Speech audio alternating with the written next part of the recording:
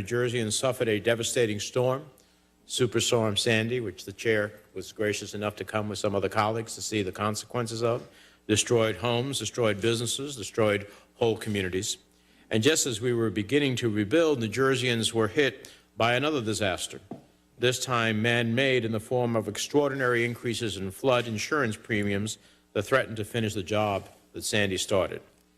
In the weeks and months after Sandy struck, people came to me in tears saying they were afraid they'd lose their homes, not from the winds or the storm surge, but from skyrocketing insurance premiums they just couldn't afford.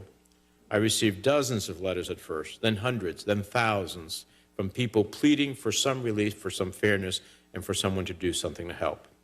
The people of New Jersey spoke from the heart, and something had to be done. That's why, working with you and other members of the committee and other members of the Senate, we introduced in a very broad bipartisan way the Homeowner Flood Insurance Affordability Act to stop the storm surge of flood insurance rate hikes that would force people from their homes. And with the help of strong advocates like you, Madam Chair, and Senator Isaacson and others, our bill passed both houses of Congress with overwhelming bipartisan support and was signed by the President into law.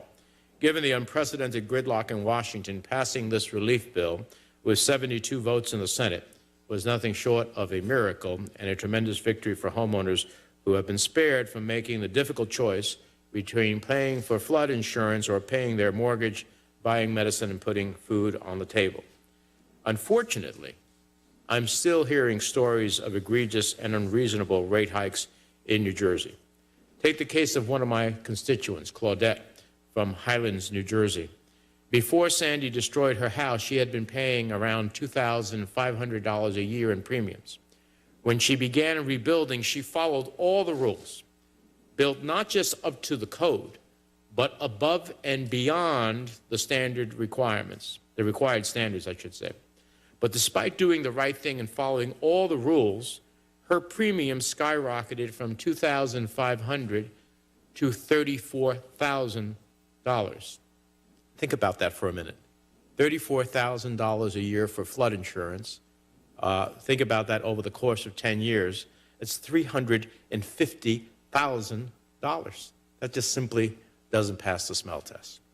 Fortunately, my office worked with FEMA to reduce Claudette's premium to $7,700, but that's still far too high, and we'll continue to work with her to get the relief she deserves. One other. I heard from Rick from Union Beach, New Jersey, who saw his rates increase 50-fold from $550 to $30,000. Rick's case is similar to Claudette's. He, too, rebuilt his house above the required standards, 3 feet above, in fact, but is still being charged prohibitively expensive premiums based on the old, inaccurate maps. My office is also working with FEMA to fix Rick's egregious rate increase, and I hope FEMA will use its administrative discretion to help make this right. But the point is, what I find puzzling after working so hard with so many of you to pass a law that specifically caps rate increases and encourages FEMA to strive to keep flood insurance affordable, we are still hearing about outrageous increases that threaten to do more economic damage to families than the storm itself. So it's my goal to make sure that we don't have any more Claudettes or Ricks slipping through the cracks either in New Jersey or any other place in the country. It's my goal that the man-made disaster of extraordinary increases in flood insurance premiums won't inflict any more harm on New Jersey homeowners or others across the nation, and of course in our economy.